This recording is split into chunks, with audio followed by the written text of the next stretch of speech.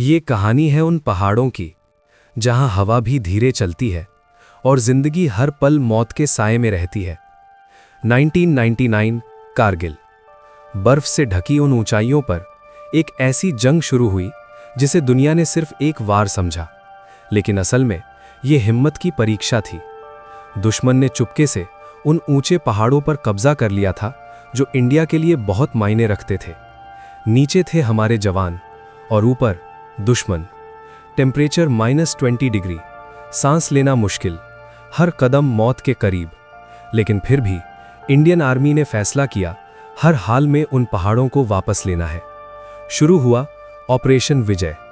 रात के अंधेरे में जब दुनिया सो रही होती थी, हमारे जवान चढ़ते थे सीधे खड़े पहाड़ों पर। हर कदम पर गोलियां, हर मोड़ पर मौत, लेकिन दिल में सिर्फ एक ही चीज थी, तिरंगा। एक ऐसा ही नाम था विक्रम बत्रा। उन्होंने दुश्मन के सामने खड़े होकर कहा, ये दिल मांगे मोर। उन्होंने एक के बाद एक पोस्ट जीती और हर जीत के साथ इंडिया एक कदम और आगे बढ़ गया। लेकिन जंग आसान नहीं थी। मनोज पांडे गोली लगने के बाद भी रुके नहीं। वो आगे बढ़ते रहे और अपने साथियों के लिए रास्ता बनाते रहे। उनका जुनून उनके आखिरी सांस तक दिखा। और फिर थे योगेंद्र सिंह यादव। 17 गोलियां लगने के बाद भी वो जिंदा रहे और रोप लगाकर अपनी टीम के लिए चढ़ाई का रास्ता बनाया। ये सिर्फ कहानियां नहीं है, ये सच है। हर जीत के पीछे एक परिवार का सपना था, एक माँ की दुआ थी और एक जवान की कुर्बानी। पहाड़ों पर गूंजती थीं सिर्फ 2 आवाजें, गोली की और भारत माता की जय की। धीरे धीरे हर एक पीक वापस ली गई, दुश्मन पीछे हटने लगा।